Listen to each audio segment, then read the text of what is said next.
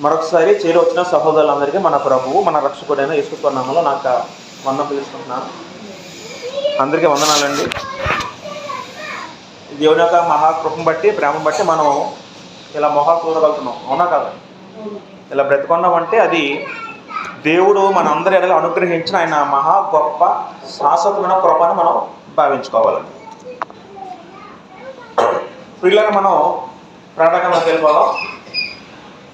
ఎంతో నేర్చుకున్న ఐడియా ఉందండి. ప్రకటనగ్రంథము 6వ అధ్యాయంలోని 5వ ముద్ర వరకు నేర్చుకున్నాం. 6వ అధ్యాయం 9 నుంచి 11 దాకా నేర్చుకున్నాం. మనం ఈరోజు ప్రభు చిత్తం బట్టి 12వ వచనం నుంచి ప్రకటనగ్రంథము 6వ అధ్యాయం 12వ వచనం నుంచి 17వ వచనం దాకా మనం నేర్చుకుందాం. చదువు వచ్చిన వాళ్ళు అందరూ బైబిల్దే చదవండి. మ్యాక్సిమం అవకాశం ఉంటే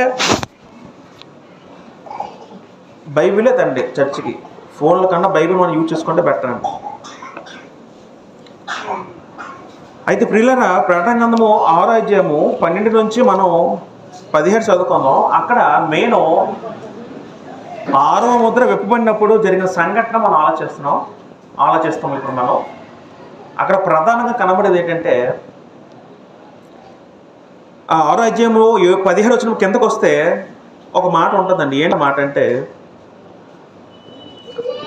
సింహాసనుడైన వాని యొక్కయు గొర్రెపిల్ల యొక్కయు ఉగ్రత మహాదినము వచ్చెను అని పదం ఉంటుందండి. మనం దాని గురించి ఆలోచిద్దాం.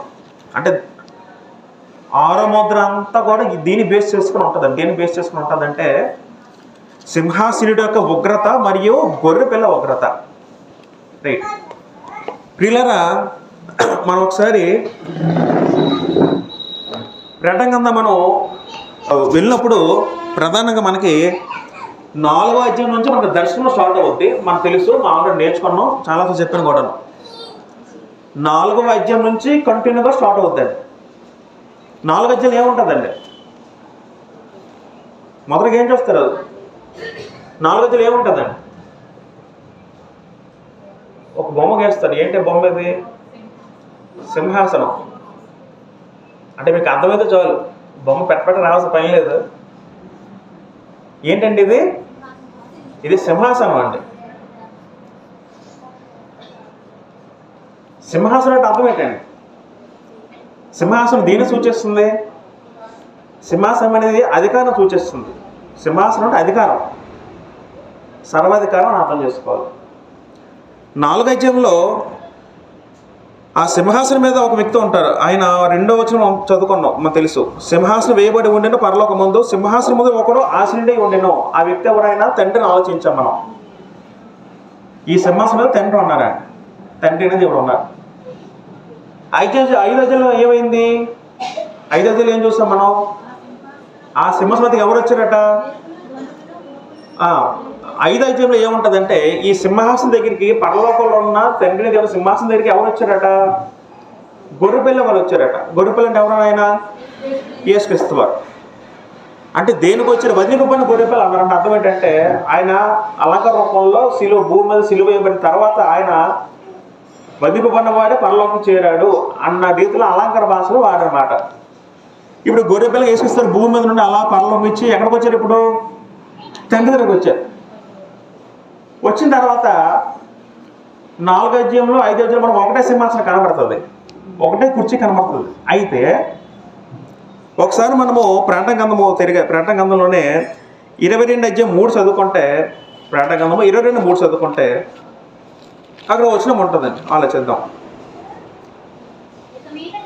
ఇక మీదట శాపగ్రస్తమైనది ఏదియో దానిలో ఉండదు, దేవుని యొక్కయు గొర్రెపిల్ల యొక్కయు సింహాసనము దానిలో ఉండును అన్నారండి. ఇప్పుడు మరొక సింహాసనం ఉందండి. ఎక్కడ కనబడుతుంది? అది 4వ అధ్యాయంలో కనబడదు. మళ్ళీ ఎక్కడికి వచ్చింది? 22 అధ్యాయంలో కనబడుతుంది. ఏమని కనబడుతుంది? అక్కడ సింహాసనం కనబడుతుంది. ఇక్కడ ఎన్ని ఉన్నాయి సింహాసనంలో? 2 ఉన్నాయండి. 2 ఉన్నాయి లేవా? దేవుని యొక్క సింహాసనం ఉంది, గొర్రెపిల్ల యొక్క సింహాసనం ఉందండి. 2 సింహాసనాలు ఉన్నాయి. ఇప్పుడు మరొక కుర్చీ వేయబడింది. ఇప్పుడు ఒక కుర్చీ వేయబడితే ఆ కుర్చీ ఇంకో సింహాసనం ఇటు వేయబడుతుంది, ఇటు వేయబడుతుందండి. ఎక్కడ వేయబడుతుందండి? ప్రశ్న.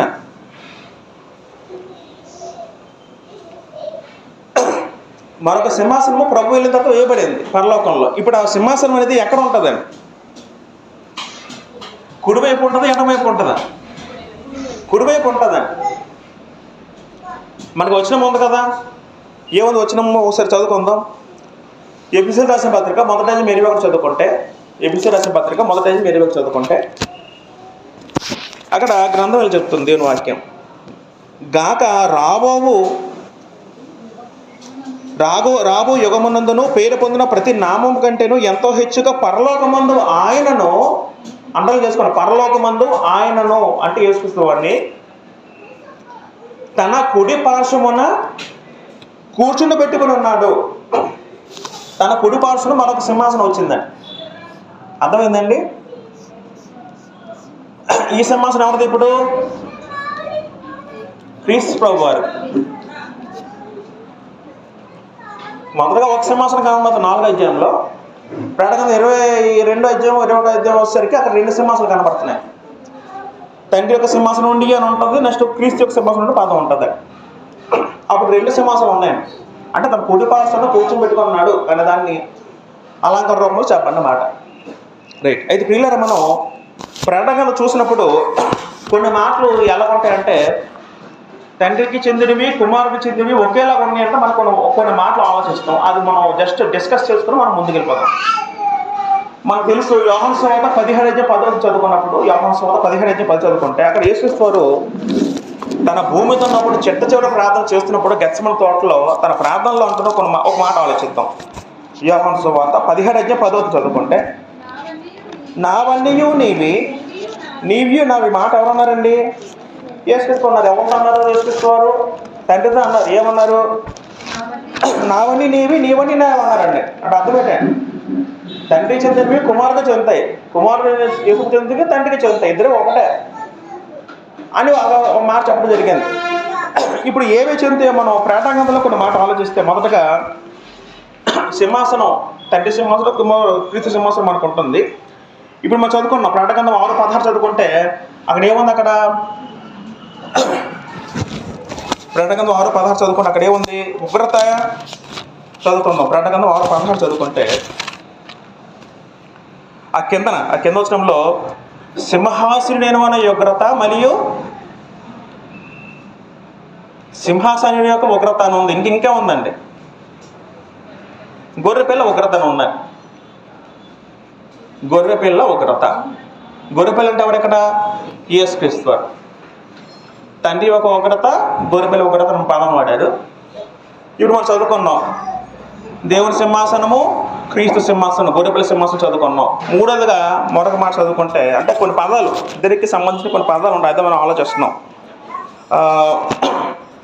14 అధ్యాయం 1 చదువుకుంటే మనకు ఒకసారి ఆలోచించాం. ప్రాటగంధం 14 చదువుకుందాం.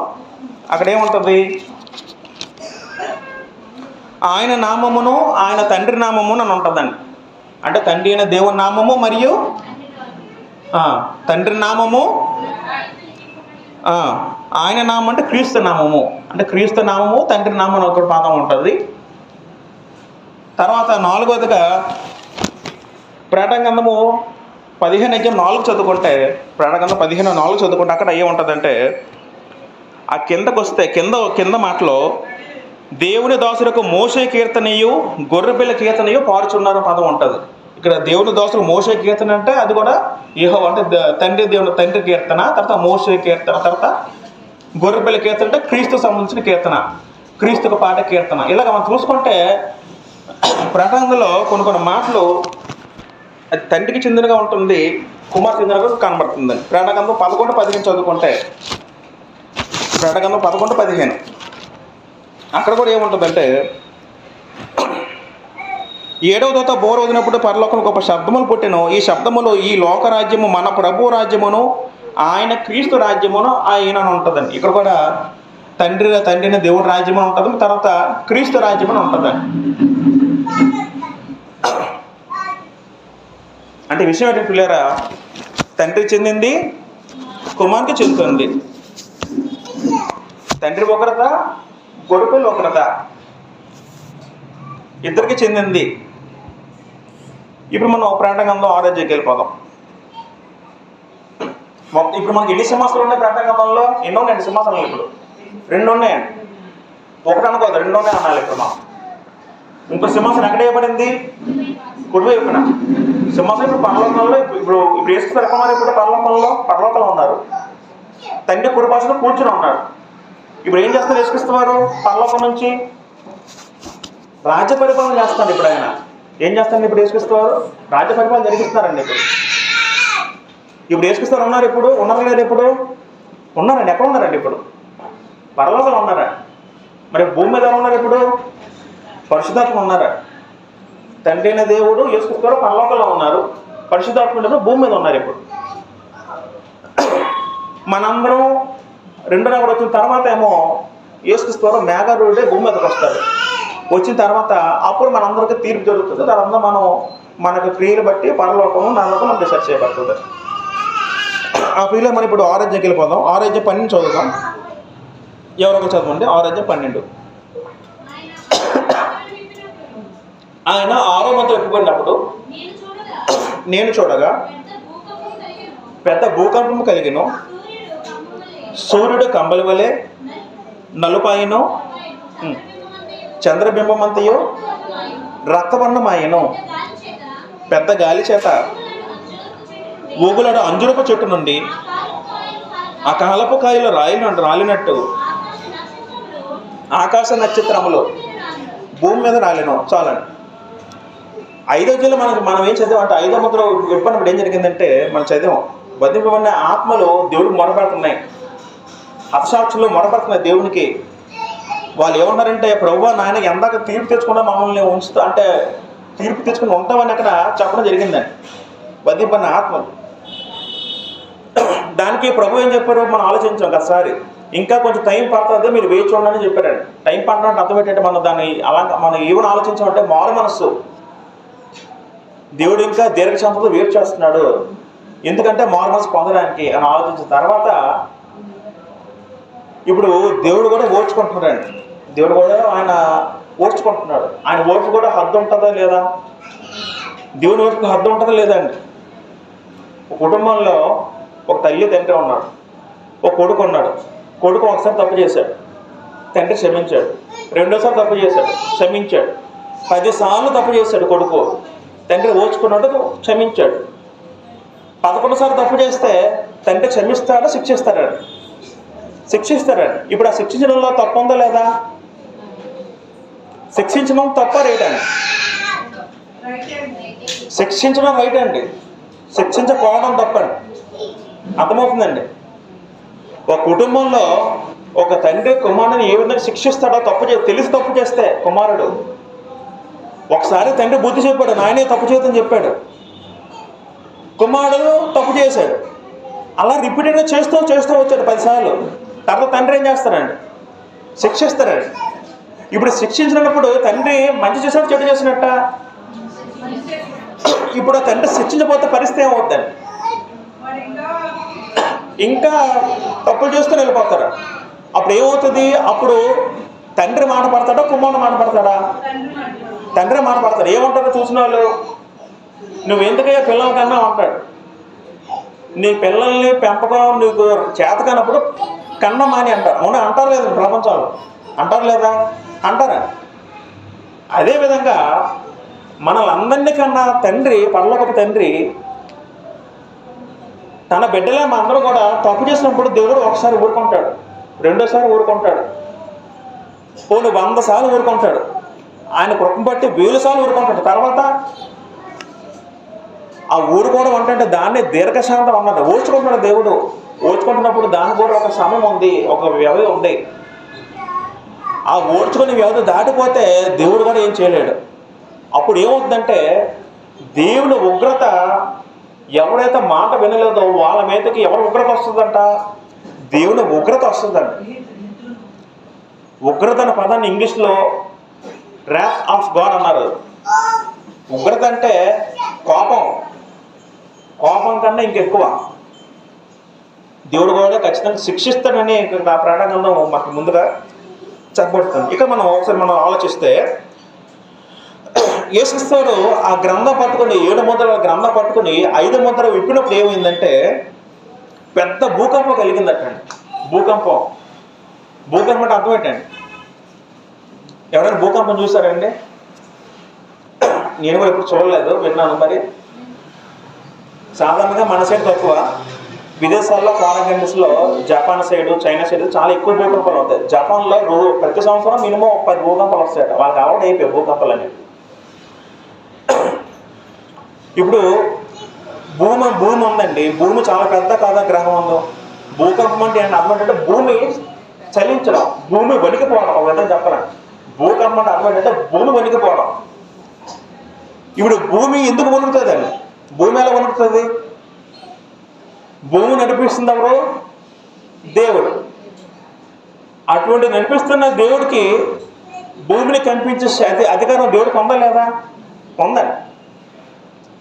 భూకంపం అర్థం ఏంటంటే భూకంపం వచ్చిన వెంటనే, భూకంపం అంటే సాధారణంగా భూమి విచ్ఛిన్నం అయిపోద్ది, అలాగా రెండుగా చీలిపోయి వెంటనే చనిపోతారు దాన్ని దిగిపోయి ఆ అడుగులో. భూకంపం అనేది దేవుని యొక్క ఉగ్రతకి చిహ్నం, దేవుని యొక్క కోపానికి చిహ్నం. ప్రకృతి సంబంధమైన మనుషులంతా కూడా భూమి మీద ఉన్నప్పుడు దేవుడు తన కోపాన్ని ఎలా చూపిస్తాడంటే మనుషుల మీద, ఈ భూమి మీద ఉన్న ప్రకృతిని వాడుకునే దేవుడు తన కోపాన్ని చూపిస్తాడండి. దేవుడు మనుషుల మీద తన ఉగ్రతను ఎలా చూపిస్తాడంటే ప్రకృతి మీద తన శక్తులు వాడుకుని చూపిస్తాడండి. ఇప్పుడు ఎండాకాలంలో వేడి ఎక్కువైపోయింది అనుకోండి, అది వేడి ఎవరు సృష్టించాడు? దేవుడే. అంటే పాపం పెరుగుతున్న కొద్దీ దేవుడు కూడా ఓర్చుకుంటాడు. ఆ తర్వాత ఏమవుద్దంటే దేవుడు ప్రకృతి శక్తులను వాడుకొని మనుషుల్ని తాత్కాలికంగా శిక్షిస్తాడు.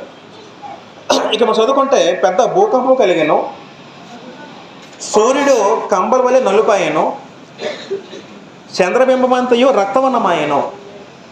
సూర్యుడు కంబల వల్ల నలుపాయనంటే అర్థం ఏంటంటే సూర్యుడు సాధారణంగా ఏ రంగులో ఉంటాడో పసుపు రంగులో ఉంటాడు, సాయంకాలం అయితే ఎరుపు రంగులో మారుతాడు. సూర్యుడు నలుపాయనంటే అర్థం ఏంటంటే నలుపాయనంటే అర్థం ఏంటంటే ఇక వెలుగు ఎవడు? సూర్యుడు నలుపైతే వెలుగు వస్తుందా? ఇప్పుడు సూర్యగ్రహణం జరుగుతుంది. సూర్యగ్రహణం జరిగినప్పుడు సూర్యుడు నల్లగా మారిపోతాడు. మారిపోయినప్పుడు వెలుగు వస్తుంది సూర్యుడి నుంచి. ఆ రోజు సూర్యగ్రహణం రోజున చీకటిగా ఉంటుందని సూర్యుడు నలుపాయను అన్న పదం ఉంది. తర్వాత చంద్రబింబం అంతయు రక్తవర్ణమాయను అంటే అర్థం ఏంటంటే చంద్రుడు రత్నంగా మారిపోయాడంటే చంద్రుడికి మాకు కనబడ్డాడు. ఇవంతా కూడా యోహాను చూస్తున్నాడు అండి. 6వ ముద్ర ఇవ్వబడినప్పుడు యోహాను ఇవన్నీ చూస్తున్నాడు. విశ్వమంతా కూడా ముక్కలు అయిపోతున్నాడు. ఇంతవరకు చూసిన భూమి ఆకాశం మొత్తం అంతా కూడా మారిపోతున్నాయి, వాటి స్థితిగతులు మారిపోతున్నాయి. చూసి యోహాను భయకంపుతో రేగాడు. ఇవన్నీ త్వరలో ఖచ్చితంగా వస్తాయని యోహాను ముందుగా దాన్ని దేవుడు తన దర్శనంలో చూపించి గ్రంథం ద్వారా మనకు రాయించి మనకి ఇచ్చారండి. ఎందుకు ఇవన్నీ జరుగుతున్నాయంటే దేవుని ఉగ్రత ఖచ్చితంగా మనందరి మీద వస్తుంది, భవిష్యత్తులో రాబోతుంది, ఇవన్నీ జరగబోతాయని ముందుగా తెలపబడిన మాట. 13 చదువుకుంటే 13వ వచనంలో పెద్ద గాలి చేత ఊగులడు అంజురపు చెట్టు నుండి అకాలపు కాయలు రాలినట్టు ఆకాశ నక్షత్రంలో భూమి మీద రాలెను. తర్వాత ఏముంటుందంటే పెద్ద గాలి చేత ఊగులడు అంజురపు చెట్టు నుండి. అకాలపు కాయలు అంటే అర్థం ఏంటంటే సాధారణంగా ఏ సీజన్లో ఆ పళ్ళు పోస్తాయి. ఉదాహరణకి మామిడిపళ్ళు ఏ కాలంలో కాస్తాయి? మామిడికాయలు వేసవిలో కాస్తాయి. శీతాకాలం మామిడికాయలు కాస్తాయా? కాయలు. కొన్ని చెట్లు శీతాకాలం కూడా పూత పోస్తాయి, కాయలు పండుతే కానీ ఆ కాయలు పరిపక్వం రావు, సగంలో రాలిపోతాయి. ఇలాగా అంటే మనం ఎలాగ అర్థం చేసుకోవాలి పిల్లరా? ఆకాశ నక్షత్రం భూమి మీద రాలను. ఇంతవరకు భూమి ఎంత ప్రశాంతంగా ఉందో, సూర్యుడు ఎంత ప్రశాంతంగా మనకు కనబడుతున్నాడో, చంద్రుడు ఎంత ప్రశాంతంగా ఉందో, కాకపోతే భవిష్యత్తులో ఇటువంటి ప్రశాంతకరమైన వాతావరణం స్థితిగతులు ఉండవు. పాత నిబంధనలు కూడా మనం చదువుకుంటే కొన్ని మాటలు ఉంటాయి. పాత నిబంధనలు కూడా ఒక పదం ఇలాగా ఉగ్రత దినమని ఒక పదం ఉంటుందండి. ఉదాహరణకి యోవేలు గ్రంథము 2:31 చదువుకుంటే, యోవేలు గ్రంథము 2:31 చదువుకుందాం.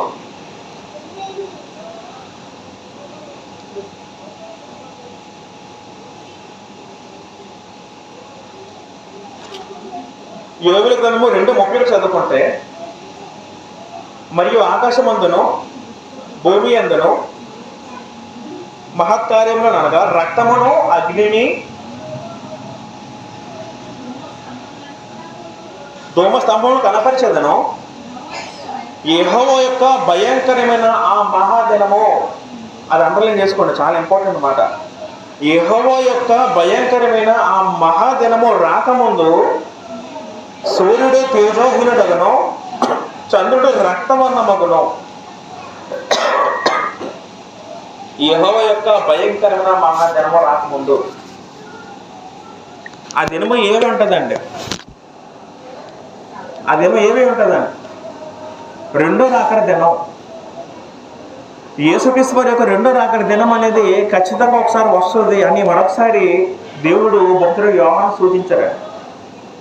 పాత నిబంధనలో మీరు చదువుకుంటే, వీలైతే ఇంట్లో విడుదల చదువుకోండి. ఇర్మీయా గ్రంథము 4:24 వచనము, యెషయా గ్రంథము 34:4 వచనము, ఇలాగ కొన్ని వచనాల్లో ఉదాహరణకి యెరూషలేము మీదకి అష్షూరీయులు ఇశ్రాయేలు మీదకి చెరపడ్డానికి వచ్చినప్పుడు, బబులోనీయులు యోధవారి మీదకి వారి మీదకి దండెత్తి వచ్చినప్పుడు ప్రభువు ప్రవక్తల చేత, ఆ కాలంలో యెషయా ప్రవక్త చేత, ఇర్మీయా ప్రవక్త చేత కొన్ని మాటలు రాయించాడు. అంటే దేవుడు ఉగ్రత చూపే ముందు అలంకార భాషలు ఎలా వాడారంటే, వాళ్ళ మీదకి వచ్చి, అంటే ఇటువంటి మాటలు మనం పాత్ర ముందు చూడగలం. మీకు ఫర్ ఎగ్జాంపుల్ మీరు ఒకసారి ఇర్మీయా గ్రంథము 4:24 చదువుకుందాం ఒకసారి, మనకి ఇంకా అర్థం అవడానికి. ఇర్మీయా గ్రంథము 4:24 చదువుకుంటే,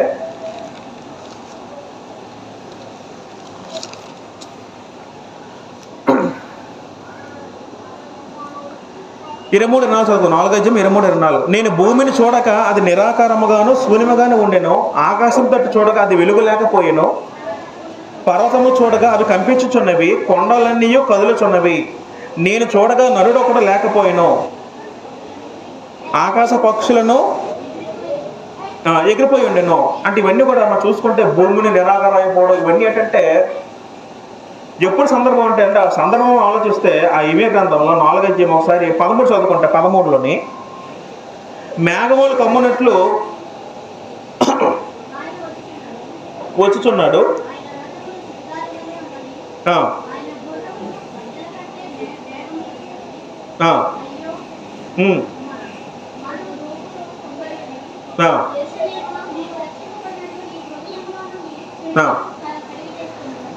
ఇప్పుడు అదే అధ్యాయంలోని అవసరం 6వ చదువుదాం.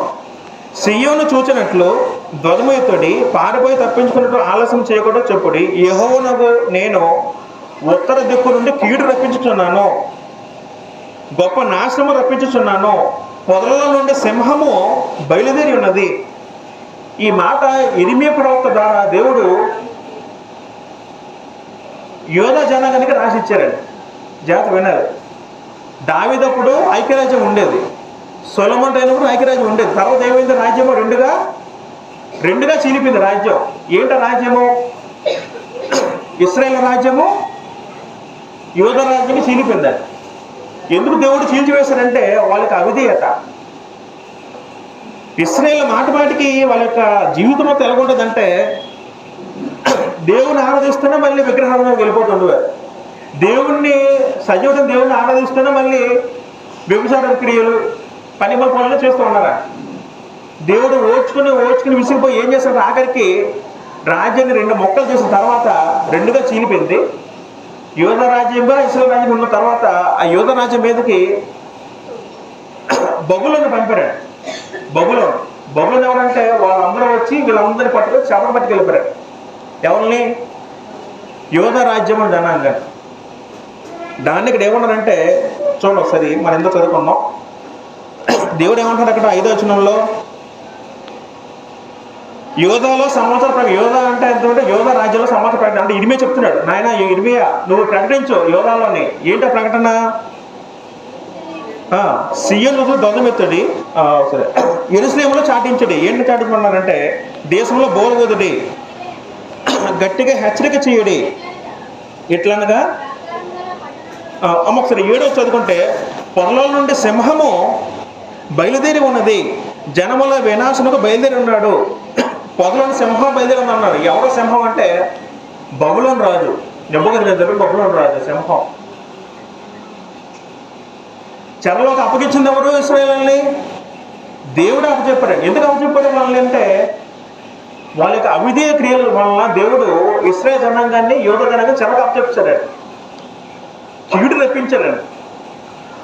అయితే ఒకసారి మీరు 4వ చదువుకుంటే 4వ వచనంలో, అవిధేయులై ఉండుట మానుకొని మీ దుష్ట క్రియలను బట్టి ఎవడనో ఆర్పివేయలేనంతగా నా ఉగ్రత అగ్ని వల్లే కాల్చుకున్నట్లు యూదావారులారా యెరూషలేము నివాసుల యెహోవాకు లోబడి నుండి. దేవుడు మోషే ద్వారా ఇశ్రాయేలు రాజ్యాన్ని తన సొంతంగా చేసుకున్నాడు, తన రాజ్యంగా చేసుకున్నాడు. మోషే నాయకత్వం ఇశ్రాయేలు జనాంగం నడిచేది. మోషే తర్వాత ఇంచుమించు 13-15 మంది న్యాయాధిపతులు వచ్చారు. న్యాయాధిపతుల తర్వాత ఎవరు వచ్చారంటే, మొట్టమొదటిగా అందరూ మాకు రాజు కావాలి కోరుకున్నప్పుడు మొట్టమొదటి రాజు ఎవరయ్యారు ఇశ్రాయేలు జనాంగానికి? సౌలు రాజు అయ్యారు. సౌలు రాజు అయిన తర్వాత సౌలేమో దేవుడికి ఇష్టంగా బ్రతకలేదు, దేవుడికి కోపం తెప్పించాడు. అప్పుడు దేవుడు ఏం చేశాడంటే సౌలు పక్కకు వచ్చి సౌలు స్థానంలో ఎవరు పెట్టారు? దావీదుని పెట్టాడు. దావీదు మట్టుకు దేవుడికి ఇష్టానుసారంగా జీవించి తన రాజ్యాన్ని చక్కగా పరిపాలించాడు. ఒకరొక సమయంలో దావీదు కూడా తప్పు చేసినప్పుడు కూడా దేవుడు క్షమించాడు. బత్షెబాతో తప్పుకి దేవుడు కూడా క్షమించాడు. తర్వాత దావీదు తర్వాత ఎవరు వచ్చారు? సొలొమోను వచ్చాడు. సొలొమోను కాలం కొంతకాలం బాగానే ఉంది, రాజ్యం బాగానే ఉంది, చక్కగా బ్రహ్మాండమైన మంచి కట్టడం కట్టాడు, దేవుడు మందిరం కట్టాడు. యెరూషలేములో ప్రపంచమంతా చెప్పుకున్న గొప్ప మందిరం కట్టాడు. కాకపోతే సొలొమోను ఆఖరికి 1000 మంది భార్యలు పెళ్లి చేసుకుని తను భ్రష్టుడు అయిపోయాడు. ఆఖరికి ఆ వ్యక్తి మీద విగ్రహాల్లో గెలిపాడు. ఎవరు? సొలొమోను. దేవుడికి గొప్ప మందిరం కట్టిన సొలొమోనే చివరాఖరికి ఏమైందంటే తను ఆడవాళ్ళ మోహపులో చిక్కుకొని పోయిన వ్యక్తి భ్రష్టుడు అయిపోయాడు. అప్పుడు ఏమైందంటే దేవుడు 2గా చీల్చివేశాడు. ఇశ్రాయేలు రాజ్యం 2గా చీల్చివేసి యూదా రాజ్యంగా ఇశ్రాయేలు రాజ్యంగా పెట్టారు. ఇప్పుడు ఈ ఇశ్రాయేలు రాజ్యాన్ని ఇంచుమించు 20 మంది రాజులు పరిపాలించారండి. 20 మొదలుకొని చివరి వరకు 20 మంది రాజులు పరిపాలించారు. కానీ ఏ ఒక్క రాజు కూడా దేవునికి ఇష్టంగా బ్రతకలేదు. ఏ రాజుల మధ్యలో ఉంటాడేమో దేవుడు ఎదురు చూశాడు, కానీ ఒక్క రాజు కూడా దేవుడికి ఇష్టంగా బ్రతకలేదు. దేవుడు చూసి ఓడ్చుకొని వాళ్ళన్ని దేవుడికి ఎదురుగా తిరిగినా సరే దేవుడు ఓడ్చుకొని ఆఖరికి వాళ్ళందరూ కూడా అశ్వనీయులకి చెరకు అప్పచెప్పాడు. చెరకు అప్పచెప్పాడంటే అర్థం ఏంటంటే వాళ్ళు నాశనం అయిపోయినట్టే. ఒక రాజ్యాన్ని చెరలోకి తీసుకున్నట్టు అర్థం ఏంటంటే వాళ్ళందరినీ, ఇప్పుడు ఎవరైనా మన ఊళ్ళో మనం ఉన్నాం, వేరే వాడు బయట వాడు ఎక్కడి నుంచో వచ్చి మనల్ని కొట్టి తిట్టి మన ఆస్తులు లాక్కొని మనల్ని చంపివేసి మన ఆస్తులు స్వాస్థ్యంతో లాక్కొని మన అందరినీ ఒక బందికాలను వెళ్ళిపోయాడు. అది ఆశ్రమంతో శాపం అండి. శాపం అంతా కూడా ఆశ్రమం కాదండి, అది శాపం. అది దేవుని ఉగ్రత అన్నారండి. అందుకే పదం వాడారు అక్కడ 3వ వచనంలో, ఎవడనో ఆర్పివేయనంతగా నా ఉగ్రత అన్నారు దేవుడు. నా ఉగ్రత అగ్ని వల్లే కాచుకున్నట్లు అన్నారండి అక్కడ. ఈ ఉగ్రత రావడానికి ప్రధాన కారణం ఏమిందండి? కారణం ఏంటి? ప్రధాన కారణం ఇశ్రాయేలు మీదకి ఉగ్రత రావడానికి ప్రధాన కారణం ఏముందంటే ఆ ముందులో దేవుడు రాంటాడు. 4వ అధ్యాయం 1వ చదువుకుంటే ఎవరికి చదువు 4:1, ఇదే యెహోవా వాక్కు, ఇశ్రాయేలు నీవు తిరిగి రానుద్దేశించిన ఎడల నా యొద్దకు రావలెను. నీవు అటు ఇటు తిరుగుట మాని నీ హేయ క్రియలను నా సన్నిధి నుండి తొలగించి సత్యమును బట్టియు న్యాయమును బట్టియు నీతిని బట్టియు యెహోవా జయము తోడని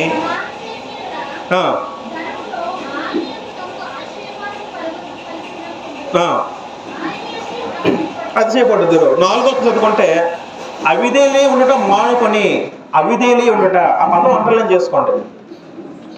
ఇక్కడ దేవుని ఉగ్రత అన్నారు. నా ఉగ్రత ఇశ్రాయేలు మీదకి యూదా జనాల మీద వచ్చింది అన్నారు. ఎందుకు వచ్చింది? ప్రధాన కారణం ఏంటంటే వాళ్ళు అవిధేయులు ఉంటా వలన ఎవరు అవిధేయులు ఉన్నారు? ఇశ్రాయేలీయులు యూదా జనాంగం అవిధేయులు ఉన్న వలన దేవుడు ఓర్చుకుని ఏం చేశారంటే చెరకు అప్పచెప్పారండి. ఆ చెరకు అప్పచెప్పడం అనేది ఉగ్రతలో భాగం. అప్పుడు కింద మనం మాట చదివాము, అంటే చెరకు అప్పచెప్పిన తర్వాత దేవుడు అలంకార భాషలో ఏమన్నారంటే మనం ఆలోచించాం కదా, అదే అధ్యాయంలో 24, 23 చదువుకుంటే భూమి చూడగా నిరాకారంగా శూన్యంగా ఉండెను, ఆకాశం చూడగా అది వెలుగు లేకపోయాను, పర్వతం చూడగా అవి కనిపించున్నవి, కొండలే కదులుచున్నవి. అంటే వాసనకి ఇవన్నీ జరగలేదు, కానీ దేవుని ఉగ్రత చూపించినప్పుడు అలంకార భాషలో భూమి ఆకాశం కనిపిస్తున్నది, సూర్యుడు భూమి కూడా వణుకుచున్నవి అంట పదపరంగా వాడారండి. ఎందుకు పదపరంగా వాడారంటే ఆయన ఉగ్రతకి చిహ్నాలని అక్కడ చెప్పడం జరుగుతుంది. అదే అలంకార భాషని ప్రాణాగంధంలో చెప్పడం జరిగింది. మీకు అర్థం పిల్లారా? ఎప్పుడైనా సరే దేవుని ఉగ్రత ఎవరి మీదకి వస్తుందంటే అవిధేయుల మీదకి వస్తుందండి. ఎఫెసీ రాసిన పత్రిక 5వ అధ్యాయం 6 చదువుకుందాం. ఎఫెసీ రాసిన పత్రిక 5:6.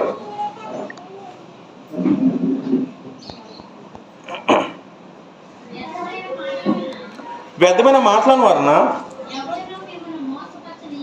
ఎవరు మోసపరచనీయకుడి, ఇట్టి క్రియల వలన దేవుని ఉగ్రత అవిధేయుల వారి మీదకి. దేవుని ఉగ్రత ఎవరి మీదకి వస్తారండి? అంటే మొదటగా దేవుని ఉగ్రత ఎవరి మీదకి వస్తుందంటే అవిధేయుల మీదకి వస్తుందండి. రెండోదిగా మొదటి దశలో రాసిన పత్రిక 1వ అధ్యాయం 7వ చదువుకుంటే, 2వ దశలో రాసిన పత్రిక 1వ అధ్యాయం 7వ చదువుకుందాం. 2వ దశలోనికలకు 1వ అధ్యాయం 7వ వచనం.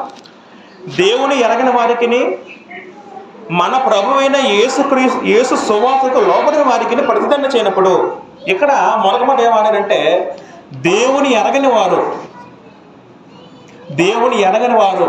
తర్వాత మొదటి మాట ఏమన్నారంటే యేసు సువార్తకు లోబడిన వారు.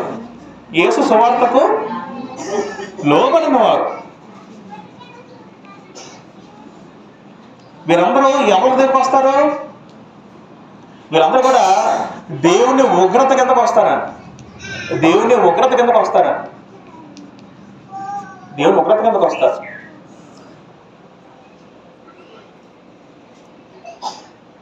అర్థమవుతుందని చెప్తుందండి. యోహాను సువార్త 3వ అధ్యాయం 36 వచనం చదువుకుంటే, యోహాను సువార్త 3వ అధ్యాయం 36 వచనం చదువుకుందాం.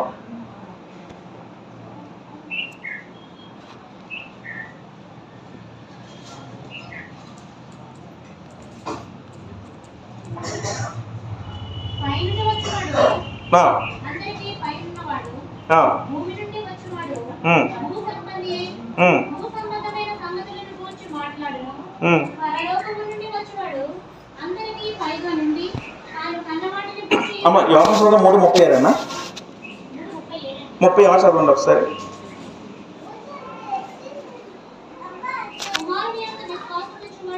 కుమారుని విశ్వాసం ఉంచువాడే నిత్యజీవం గలవాడు, కుమారునికి విధేయుడు కానివాడు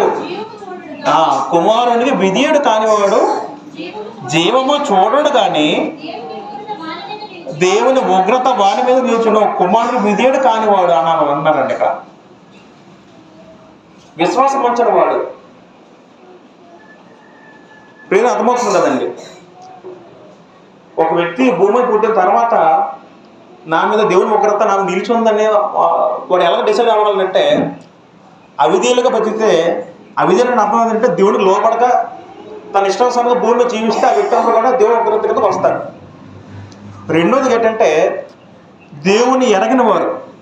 ఎవరైతే దేవుని పట్టించుకోకుండా తన జీవితంలో దేవుడు ప్రస్తుతం లేకుండా బ్రతుకుతారో వాళ్ళ జీవితకాలం వాళ్ళందరూ కూడా దేవుని ఉగ్రత కింద వస్తారు. మూడోది ఏంటంటే యేసుక్రీస్తు సువార్తకు లోబడిన వారందరూ కూడా దేవుని ఉగ్రత కిందకు వస్తారండి. సువార్తని అపహరించేవారు, సువార్తని వెక్కిరించేవారు, క్రీస్తుని దూషించేవారు అందరూ కూడా దేవుని ఉగ్రత కిందకు వస్తారండి. ఆఖరికి ఏంటంటే కుమారునికి విధేయుడు కానివాడు కూడా దేవుని ఉగ్రత కిందకు వస్తారండి. యేసుక్రీస్తు వారికి లోబడిన వారు అర్థం చేసుకోవచ్చు. అంటే ప్రపంచంలో ప్రతి మానవుడు, అది ఏ మనిషి అయినా సరే, వాడు ఏ దేశమైనా సరే, ప్రతి ఒక్కరు కూడా యేసుక్రీస్తుని ఖచ్చితంగా నమ్మాలి, విశ్వసించాలి. తర్వాత ఏం చేయాలి? వ్యక్తి క్రీస్తుకు లోబడాలి, మారు మనసు పొందాలి. ఎవరైతే ఇవన్నీ జరిగించారో వాళ్ళందరూ కూడా దేవుని ఉగ్రత ఎందుకు వెళ్ళిపోతారండి. దేవుని ఉగ్రత ఎందుకు వెళ్ళిపోయారంటే అర్థం ఏంటంటే వాళ్ళకి ఇక్కడ నరకం డిసైడ్ అయిపోయినట్టే. నిత్యానికి వాళ్ళు నిత్యానికి వెళ్ళిపోయినట్టు అర్థం చేసుకోవాలి. మనం ఒకసారి లోకసువార్త 13వ అధ్యాయంకి వెళ్తే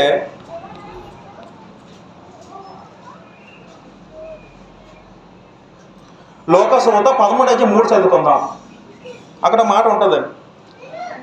కారణం మీతో నేను చెప్పుచున్నాను, మీరు మారు మనసు పొందని ఎడల మీరందరూ అలాగే నశించరు అన్నారండి.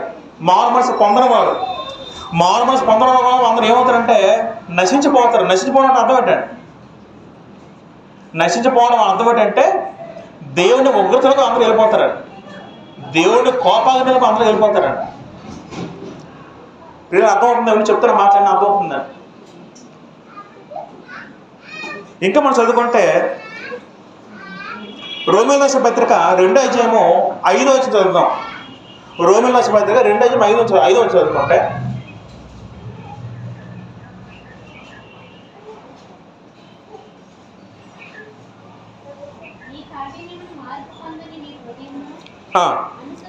నీ కాఠిన్యమును మార్పు పొందని నీ హృదయము, మార్పు పొందని హృదయము, హృదయాలు మార్చుకున్న వారు, జీవితాలు మార్చుకున్న వారు, తమ ప్రవర్తన దిద్దుకున్న వారు, వీరందరూ కూడా ఉగ్రత దినమందు అనగా దేవుని న్యాయమైన తీర్పు బయలుపరిచే దినమందు నీకు నీవే ఉగ్రతను సమకూర్చుకుంటున్నా ఉన్నారండి. ఇది చాలా కఠినమైన మాట.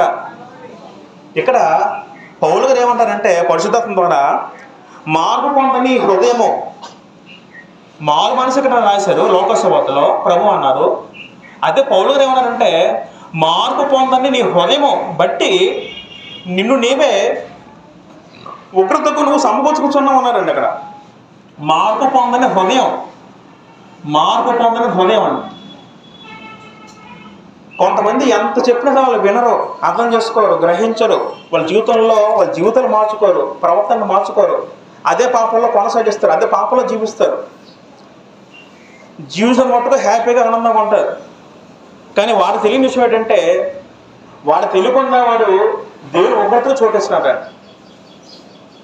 పిల్లలు అర్థమవుతుంది చెప్తున్న మాటలన్నీ కూడా. అంటే ఇవన్నీ కూడా పిల్లరా, ఇవన్నీ ఏంటంటే దేవుని ఉగ్రతకు మనిషి చోటు వచ్చే అవకాశాలు.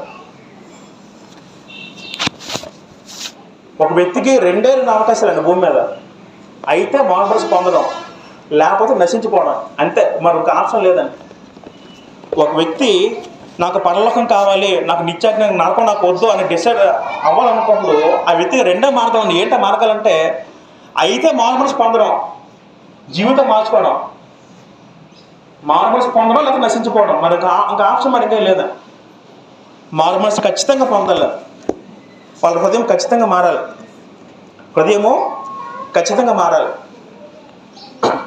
దేవుడు ఏం చేస్తారంటే ప్రతి మనిషిలో కొన్ని డేంజర్ బెల్స్ లాంటిది ఇస్తూ ఉంటారండి. ఉదాహరణకి దేవుడు మనకి మారు మనసు రావడానికి దేవుడు కనుక ఒక్కొక్కసారి ఏం చేస్తారంటే మన జీవితంలో కొన్ని పరీక్షలు పెడుతూ ఉంటారండి. సాధారణంగా గమనించండి, ఆరోగ్యం వ్యక్తి దేవుడి మీద ఆలోచిస్తాడా? ఎక్కువ మంది ఆలోచించాడు. అదే వ్యక్తికి ఏదో ఒక భయంకర జబ్బు వచ్చింది అనుకోండి, అప్పుడు ఆ వ్యక్తి ఆలోచన ఎలా ఉంటుంది? అప్పుడు దేవుడు గుర్తొస్తాడు. ఎప్పుడు గుర్తొస్తాడు మనిషికి? బాధ ఉన్నప్పుడు దేవుడు గుర్తొస్తాడు, మామూలు ఉన్నప్పుడు దేవుడు జంటలో గుర్తురాడు. అవునా కదండి? ఒక భయంకర జబ్బు, ఒక క్యాన్సర్ రోగం వచ్చింది ఒక వ్యక్తికి, అప్పుడు ఆ వ్యక్తి ఏం చేస్తాడండి? నాయన ప్రభువా ఏడ్చుకుంటూ రోజు ప్రార్థిస్తాడు దేవుడికి. అదే మామూలుగా ఆరోగ్యం ఉంటే దేవుడు గుర్తొస్తాడా? రానండి. దేవుడు ఒక్కొక్కసారి మనకు పరీక్ష పెడుతూ ఉంటాడు. అది మనం మంచికే. ఒక్కొక్కసారి ఒక రోగం పెడతాడు, ఆ రోగంలో మనం మారు మనసు పొందుతామేమో, అది దేవుడు ఆలోచిస్తాడు. ఒక్కొక్కసారి ఏం చేస్తారంటే దేవుడు మనకు భయ సూచన పెడతారండి, ఓ భయం రప్పిస్తారండి. ఆ భయం ద్వారా మనం మారు మనసు పొందాల. మన ముందు అధ్యాయాలు ఉంటాయండి. నేను కూడా నా జీవితంలో ఒకసారి నేను ఒకప్పుడు నాకు అంత పూర్తి మారుమనసు లేదు. మారుమనసుని అయితే ప్రతి ఒక్కరి మధ్యలో ఒక్కొక్క సమయంలో కలుగుతుందండి. క్రైస్తవులు చెప్పిన ప్రతి ఒక్కరు క్రైస్తవులు కాదండి. గ్రంథం బట్టి ఆలోచిస్తే క్రిస్టియన్ చెప్పిన మాత్రం క్రైస్తవులు కాదు. దేవుని దృష్టిలో ఎవరు క్రైస్తవులు దేవుని దృష్టిలో మారుమనసు పొందిన వాళ్ళే క్రైస్తవులు. మారుమనసు పొందిన క్రైస్తవులు కాదు దేవుని దృష్టికి. నువ్వు చెప్పుకోవచ్చు నేను క్రిస్టియన్ అని, దేవుడు యాక్సెప్ట్ చేయడండి. నీకు హృదయంలో ప్రభువు ఉంటేనే మనం ఇక్కడ మారుమనసు పొందినట్టండి. నా జీవితంలో ఒకసారి, ఇది సాక్ష్యం కాదు కానీ, ఒకసారి నేను బండి మీద డ్రైవ్ చేస్తూ నేను ఆఫీస్ నుండి వచ్చినప్పుడు అండి ఒక భయంకరమైన అది వేసవకాలమే అంటే మార్చి ఎండింగ్ అనుకుంటా, పెద్ద తుఫాన్లోకి వచ్చిందండి. వచ్చినప్పుడు పెద్ద పిడుగులు సౌండ్, ఉరుములు మెరుపులు. నేనైతే నిజంగా ఆ రోజు చచ్చిపోతానని అనిపించింది నాకు. ఆ ఒక్క క్షణం ఆ పిడుగు సౌండ్కి జనరల్ పిడుగంటే ఒకసారి భయం వేస్తా ఉన్నా కదండి. అందులోనూ నైట్ టైము బండి జర్నీ చేస్తున్నప్పుడు ఫుల్ వర్షం పడుతున్నప్పుడు అందులో పెద్ద పిడుగు సౌండ్ కనబడితే మనకి ఇంకా భయంకరంగా ఉంటుంది. నాకు నా లైఫ్లో ఆ సిచ్యువేషన్ నా లైఫ్లో చాలా మార్చిందండి. నువ్వు ఏమని చెప్పాలా, నిజంగా అది చచ్చిపోతాం అనిపించింది. ఆ పిడుగు ఎక్కడ పడిపోద్దాం అనిపించింది నిజంగా. అప్పుడు నాకు దేవుడు ఇంకా బాగా గుర్తొచ్చారండి ఆ సిచ్యువేషన్లో. నా జీవితంలో నేను ఇంకా అంటే మారుమనసు ఎక్కువగా పొందడానికి నాకు ఆ సంఘటన నాకు సహకరించిందండి. ఆ నెక్స్ట్ రోజే అటు సైడు అక్కడ పిడుగులు పడి ఏవో కొంత మేకలు చచ్చిపోయాట. మామూలు సౌండ్ కాదు ఆ రోజు అయితే. అంటే ప్రతి ఒక్కరు కూడా నాకు కలిగింది అంటే అదొక సంఘటన. అలా ప్రతి ఒక్కరి జీవితాలు ఒక్కొక్కరు అంటే దేవుడు ఒక మనిషికి పెడుతూ ఉంటాడు, ఒక డేంజర్ మీద పెడుతూ ఉంటాడు. ఒక జబ్బు రావడమో లేకపోతే మరి ఇంకేదో ఒక భయంకర పరిస్థితి మనం ఎదుర్కోవడమో, అది మనం ఎలా టర్న్ చేయాలి మన జీవితాన్ని. మారుమనసు పొంది దేవుడికి తృప్తి విధంగా మన జీవితం టర్న్ చేసుకోవాలండి. అప్పటికి మనం మారుమనసు పొందకపోతే మరి తర్వాత మనకి ఎవరు చేయడం ఉండదండి. ఇంకా యేసు వారు వచ్చి బోధించి చెప్పినప్పుడే ఎవరు మారేదండి ఎవరైనా సరే. ఒక సందర్భంలో యేసు ఏడ్చిన పదం ఉంటుంది, ఆయన ఎరుసలేము వైపు చూసి ఏడ్చిన పదం ఉంటుందండి. ఆయన మహానుభావుడు దేవుడు యేసుక్రీస్తు భూమి మీదకి వచ్చి మహత్కార్యాలు అందరం చేసినప్పుడు కూడా ఎవరు మారలేదండి. ఎన్నో అద్భుతాలు చేశాడు ఆయన. కళ్ళ ముందు మనుషులు లేపాడు, మనుషులు బతికించాడు, అయినా సరే మారుమనసు పొందలేదండి. మారుమనసు అనేది అది చాలా కష్టం. అది ఎవరి వాళ్ళు మనం తెచ్చుకోవాలి తప్ప ఎవరు పుట్టించేది కాదు. మనకు అందరికీ ఇండివిజువల్ లైఫ్ ఉంది, ఇండివిజువల్ మన ఆలోచన అందరికీ ఉన్నాయి. మారుమనసు ఎవరు మనకు ప్రత్యక్షంగా ప్రకటించి మనమే పొందాలి. అది మనమే మనం మార్చుకోవాలండి. అంటే సాధారణంగా ఏ మనిషి కూడా మానవ పొందడానికి ఇష్టపడ్డాడు. యేసు వచ్చినప్పుడు అదే జరిగింది, ఎప్పుడు అదే జరుగుతుంది. ఎందుకంటే మనిషి దేవుని ఇష్టంగా మనిషి చోటు ఇవ్వడండి. మనిషి ఎలా ఆలోచిస్తాడంటే నేను హ్యాపీగా బ్రతకాలి, నా ఇష్టానుసారం బ్రతకాలి, నా ఆలోచనలు నెరవేరాలి, నా ఆశలు తీరాలి, నా కోరికలు తీరాలి, ఇలా ఆలోచిస్తారండి తప్ప ఎవరు కూడా దేవుడి గురించి ఎక్కువ ఆలోచన ఎవరు పెట్టరు. కాకపోతే వీళ్ళు మనం ఏం గమనించాలంటే దేవుడు ఒక్కొక్కసారి ఈ సోచనలు వచ్చినప్పుడు మనం ఏం ఆలోచించాలంటే ఈ తుఫాన్లు కానీ ఇవన్నీ కూడా వచ్చినప్పుడు భయంకర పరిస్థితులు ఎదుర్కొని మనకి అప్పటికే మా మారుమనసు రావాలండి. మా బాబాయ్ చచ్చిపోతామేమో, దేవుడు నాకు నా జీవితంలో సిచ్యువేషన్ కల్పించాడు, ఇక్కడ నుంచి జాగ్రత్త పడతాం అని ఆలోచించి మనం పూర్తిగా దేవుడికి తిరగాలి. ఒకసారి మళ్ళీ మనం ప్రకటనకి వెళ్ళిపోదాం. ఆరోగ్యానికి వెళ్ళిపోతే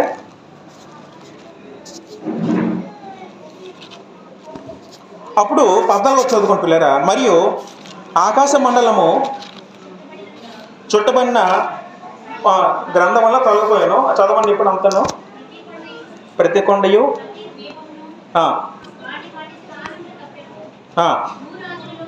భూరాజును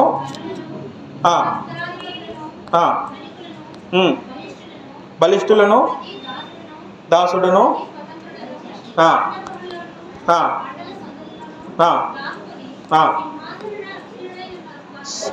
వాని యొక్కయు గొర్రెపిల్లయొక్కయు మహాదినం వచ్చెను. దానిని చాలు ఇక మనం చదువుకుంటే 14 ఏముంటుందంటే, మరియు ఆకాశ మండలము చుట్టబడిన గ్రంథం వలన తొలగిపోయాను, ప్రతి కొండయు ప్రతి దీపను వాటి మీద స్థానాలు తెప్పాను, 15వ వచనంలో భూరాజులు, గనులు, సహస్రాధిపతులు, ధనికులు, బలిష్ఠులు, ప్రతి దాసుడు, ప్రతి స్వతంత్రుడు. ఇక్కడ 7 కేటగిరీస్ ఉన్నాయండి. భూరాజులు అంటే భూమి మీద అధికారం చేసే గొప్ప అధికారులు. గనులంటే గొప్ప పొలపూరు ఉన్నవాళ్ళు. సహస్రాధిపతులు అంటే 1000 మందికి సైనికుల మీద అధికార బలం కలవాలి. ధనికులు, బలిష్ఠులు అంటే అర్థం ఏంటంటే తర్వాత దాసుడు, స్వతంత్రుడు. భూమి మీద ఉన్న ప్రతి ఒక్క మనుషులు కూడా ఎవరైనా సరే కూడా దేవుని ఉగ్రత ఖచ్చితంగా ఎదుర్కోవాల్సిందే అని చెప్తున్నాడు ఆవాకర భాషలో.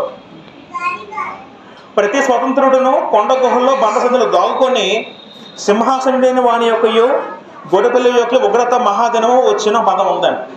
ఇక్కడ సింహాసనుడు వాని యొక్క అంటే తండ్రి యొక్కయు గొడపిల్ల యొక్క ఉగ్రత మహాదినము వచ్చిన అన్నారండి. అక్కడ వాస్తవానికి చాలా మంది డౌట్ ఏంటంటే ఈ మాట అనేది 2వ రాకను సూచిస్తుందా, లేకపోతే ఆ కాలంలో క్రైస్తవులు హింసిస్తున్న రోమన్కు సంబంధించి రోమా సామ్రాజ్యానికి వాని మీద శిక్షణ సూచిస్తున్న చాలా మంది కన్ఫ్యూజన్లో ఉన్నారు.